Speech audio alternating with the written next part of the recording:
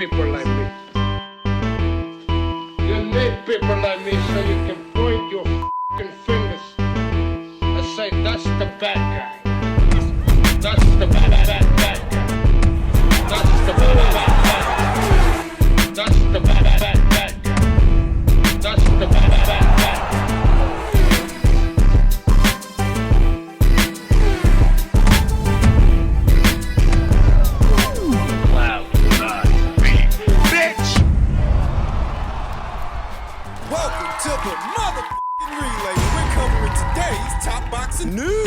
Okay, we'll start with this. Fresh off her world title win over then-champion Shanika Johnson, Ellie Scotney Catford. eyes an undisputed title run. There's a new kid on the block now. Catford. The unbeaten 25-year-old hit pay dirt with a dominant 10-round points win over IBF Super Bantamweight champion Shanika Johnson last Saturday at the Oval Arena, Wembley in London. Catford Scotney won her first major title in her 7th pro fight with defeat, though hardly prepared Catford. to rest on her laurels. There's a new kid on the block now, Scotney noted after the convincing win. I'll be honest, that was probably one of my bad performances, but I got the job done. Johnson come and showed how tough she really is. She got a bad cut, just like she did in her last fight. She carried on, and full credit to her. Catford. Ellie Scotney's calling card seems to be taking on opponents that are more experienced than she is, more rounds in the bank and more time in the pro ranks than she has, beating them and making it look relatively easy. I mean, Ellie thinks that was a bad performance, one of her bad performances, but there was nothing bad about it from where I was sitting. And I could only really give Shanika Johnson 1, maybe 2 rounds in that fight, 1 or 2 rounds in a 10-rounder. Ellie was dominant. There were a lot of people who thought Ellie Scotney was an elite fighter. It was just a matter of time before she became world champion, said Eddie Hearn, Scotney's promoter. This was life-changing for her. I don't think she's someone who just wins a world title. It's their moment, and it's the biggest thing. No, she's got to be undisputed. Catford. Shane McGuigan in her corner. It's been a big year for Shane. 2 world champions crowned this year. Chris Billum-Smith, Ellie Scotney. Caroline Dubois, who was in action this past weekend, staying in character, dominating Argentinian slugger Yanina Lescano. A great stable of fighters Shane McGuigan has. Ellie Scotney among them, who is now setting her sights on the other champions. She's setting her sights on becoming her division's undisputed champion. I think she can go through all the other champions. That's the great thing about women's boxing, said Eddie Hearn. They fight champion after champion after champion. There's no reason why within 18 months she can't be fighting for the undisputed title. There are 3 other champions at this weight with Ellie Scotney. I give Ellie reasonable odds to become her division's undisputed champion. I actually think she can do it. There are already talks of a potential Mayerline Rivas showdown. Mayerline Rivas was also connected to Matchroom and was in action the same weekend as Ellie in defense of her WBA title, narrowly surviving Nazarena Romero, who in my humble opinion should have been able to lift the title from her. She should be champion right now. The contest was stopped in the 5th round due to a clash of heads, and the judges' scorecards had the fight scored a draw. As a result of that, Mayerline Rivas was able to remain WBA champion. I don't think that will be the case opposite the ring Ellie Scotney in terms of difficulty, based on the landscape and what other champions are out there. I think she can beat Mayerline Rivas, WBA champion. I think she can beat Mexico's own Yemi Mercado. It's Sigaline Lafarve that presents a more complex style. 2-time WBO champion from France. We've already talked about what Ellie's got working for her against Mayerline Rivas in a previous video. Opposite the ring, Mexico's own Yemi Mercado. Started out a brawler, she's more of a boxer these days, trying to be. Adding different shades to her repertoire. A durable fighter, an experienced one that went as far as moving up to featherweight to take on Amanda Serrano. And even though she lost wide on the cards, she was durable enough to go the distance, which is saying a lot, as most girls that fight Amanda don't. She don't beat Ellie Scotney, though. She's slower than Ellie, punches wider, not as athletic, not as sharp. I give Ellie Scotney reasonable odds to beat both Mayerline Rivas and Yamilet Mercado. Sigaline Lafarve presents a more complex challenge, and the complexion of the fight overall would be somewhat different, as Sigaline, just like Ellie, would be somewhat different to what we're used to seeing. Sigaline is an unbeaten fighter, an unbeaten champion, just like Ellie Scotney. She's a young champion in her prime. Like Ellie, she can show a bit of spite. She can show a bit of mean streak, stepping into her punches and going in for the kill just as easily, playing the defender, the cerebral fighter, boxing off the back foot, moving lateral, setting up counters. She can do that too. Of the 3 other champions champions at this weight, I'd say Sigaline Lafarve is Ellie's stiffest competition, though not her biggest threat. No. Not the biggest threat overall in the women's super bantamweight division. The most dangerous fight for Ellie Scotney, I think, is the Nazarena Romero fight. It's not even one of the other champions. It's one of the challengers. It's Nazarena Romero, who had her heart set on running it back with Mayerline Rivas immediately after their fight, until news broke that Mayerline may be facing Ellie next and not her. There are not a lot of fighters, not a lot of punchers at this weight that punch quite as hard as Nazarena Romero, and Mayerline Rivas knows all about that. She got dropped by her. For my money, Mayerline was losing that fight, and she's very lucky, very fortunate to still be WBA champion. I do think Ellie Scotney has what it takes to become this division's undisputed champion, and some of these fights, at least one of them, is more difficult than the others, but her greatest threat, it's not a belt holder, it's Nazarena. And if while she is on this undisputed run, she should bump into Nazarena Romero of Argentina, I think that would be Ellie Scotney's toughest test. It's looking like Mayerline Rivas will be next. Nazarena will look to fight the winner. Yeah. Though short of a fight being ordered, I can't see Ellie Scotney taking time out from unifying titles for some challenger. Just being honest.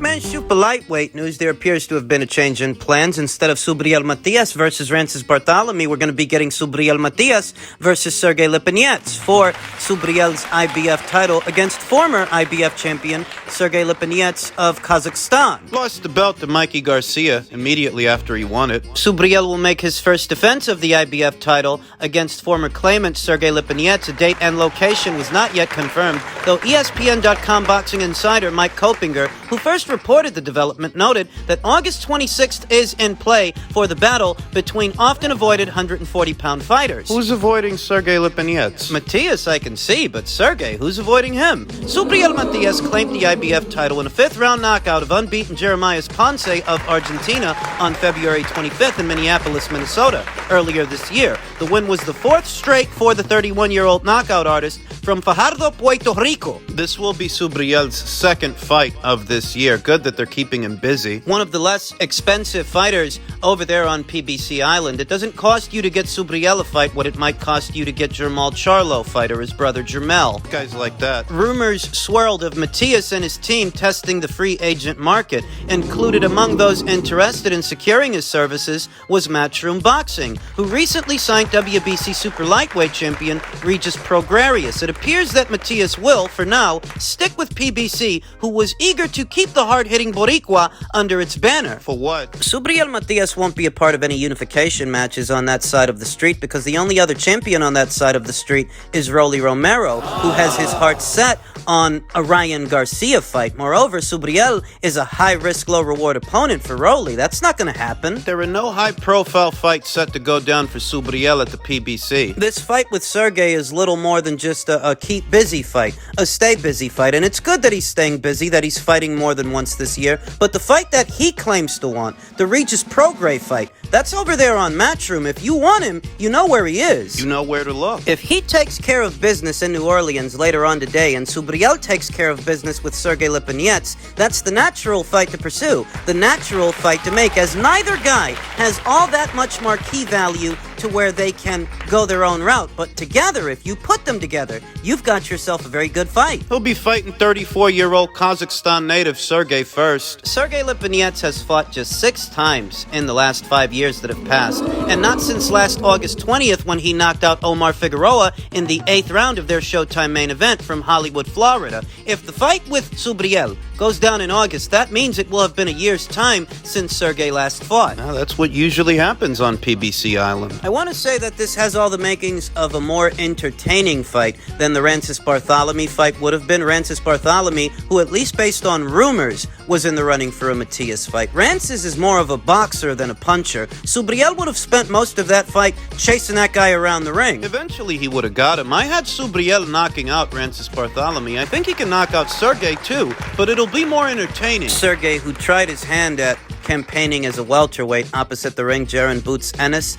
That didn't work out. I don't think this will either, now that he's back at super lightweight. The former IBF champion is the kind of fighter that likes to fight fire with fire, but opposite the ring, Subriel Matias, I think he's going to be outgunned. And this is not the kind of guy that you fight off a year layoff. To make matters worse, if the proposed date checks out, and this is set to go down in August, it will have been a year's time since Sergey last fought. You can't build momentum and stay sharp on a schedule like that, but that's the situation. Yeah, I think Subriel's gonna beat him. What he does after that... That's where things get interesting, and it could affect the rest of his career moving forward, because the biggest and best fight available to him right now is the Prograis fight, provided Prograis wins later on today, and he wins in August. Broly's not gonna fight you. Neither is Gervonta Davis. Not gonna get any big money fights over there. That's reality.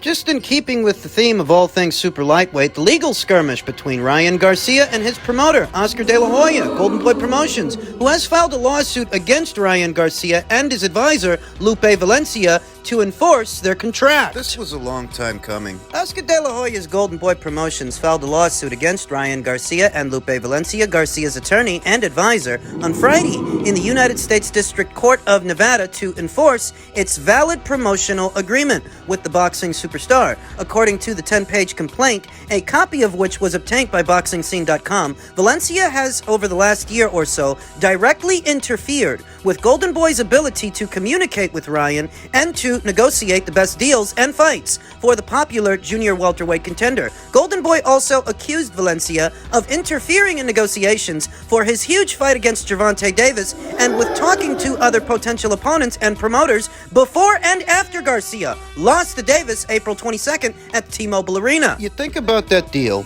and what it was that Ryan agreed to, and you do have to wonder if he's getting the best advice from Lupe Valencia. The catch weight, the rehydration clause, a very lopsided deal in favor of Gervonta, not Ryan. You can definitely make the case that the deal points Ryan agreed to were make-or-break deal points, that had he not agreed to those terms, the fight never would have happened, but who says that the fight had to happen at that time? Ryan is younger than Gervonta Davis. He could have waited a while longer, kept busy, and continued to develop. Just some things to think on in light of this news. Goldenboy disputed in its complaint Garcia's absurd position that their promotional agreement is void and unenforceable as well. According to ESPN.com's Mike Kopinger, Garcia's legal team sent Goldenboy Promotions a demand letter last week in which it alleged multiple violations of their promotional agreement that invalidated it. In other words, a breach. A breach that would in effect void their contract. Goldenboy attempted to resolve this matter informally,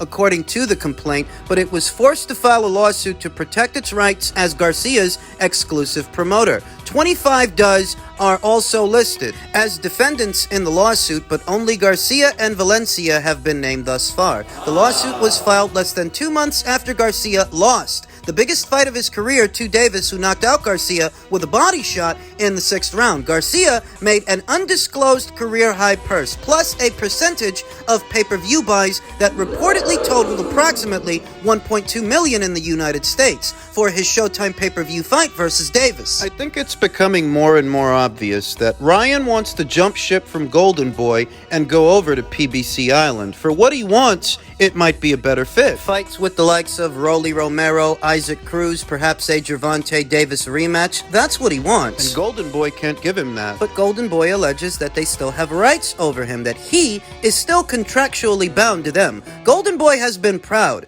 to have worked with Ryan Garcia for the last several years, and to help catapult him to the kind of stardom that led to the biggest pay-per-view event in years, just 2 months ago, Goldenboy said in a statement released to multiple media outlets. With this filing, we are seeking to ensure that Ryan and his team will honor the remainder of his contract, a contract that Ryan himself called one of the most lucrative boxing deals for a prospect in the history of the sport. Since then, Ryan has moved on to becoming a legitimate contender, and we will continue to present Ryan with the best possible opponents that can eventually lead the way to a world title championship and a historic legacy. Not if Ryan has anything to say about it. Garcia's contract extension with Goldenboy Promotions began with his November 2019 fight against Romero Duno, whom Garcia knocked out in the first round on the Canelo Alvarez versus Sergey Kovalev undercard at the MGM Grand Garden Arena in Las Vegas. The 24-year-old Garcia has fought 5 times since then, but the complaint doesn't specify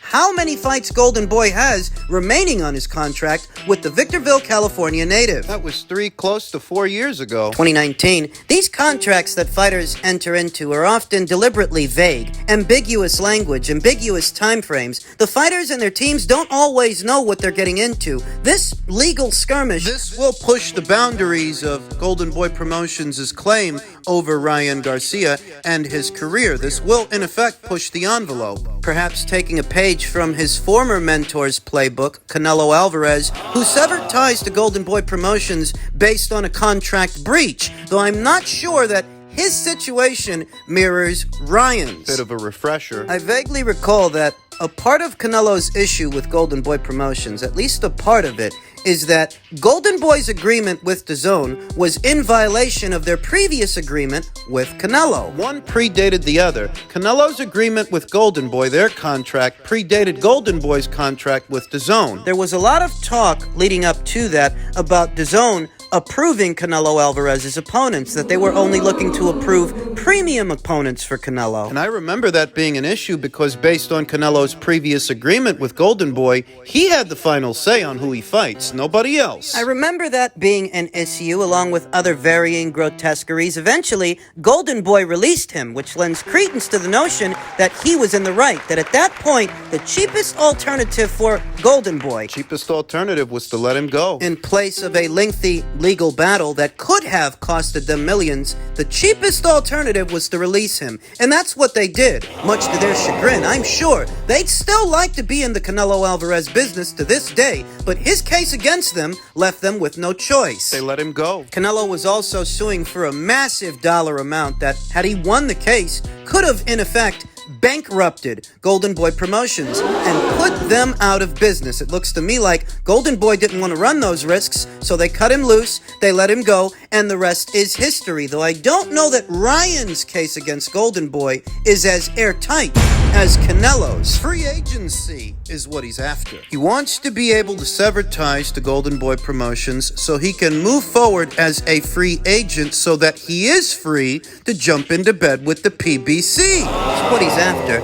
And for what he wants, a Romero fight, an Isaac Cruz fight, a Gervonta Davis rematch, Golden Boy Promotions can't guarantee him that. They can't provide him with that. So at this point, he wants to be done with Golden Boy. But I can't tell you that he's at liberty, That he has the autonomy to do that. or that anything that Golden Boy did, at least according to Ryan, constitutes a breach that would thereby nullify their existing agreement. I can't tell you that. And this kid is really stubborn. So stubborn it's bordering on stupid. Though his rift with Golden Boy Promotions didn't all of a sudden start after he lost to Gervonta. They've been on rough seas for some years now. Fair weather never made a good captain. What the hell does that have to do with anything? I'm not sure. How awkward would it be if Ryan doesn't get what he wants and he has to keep working with Golden Boy Promotions? Pretty awkward. Simultaneously, Golden Boy can't afford to lose him.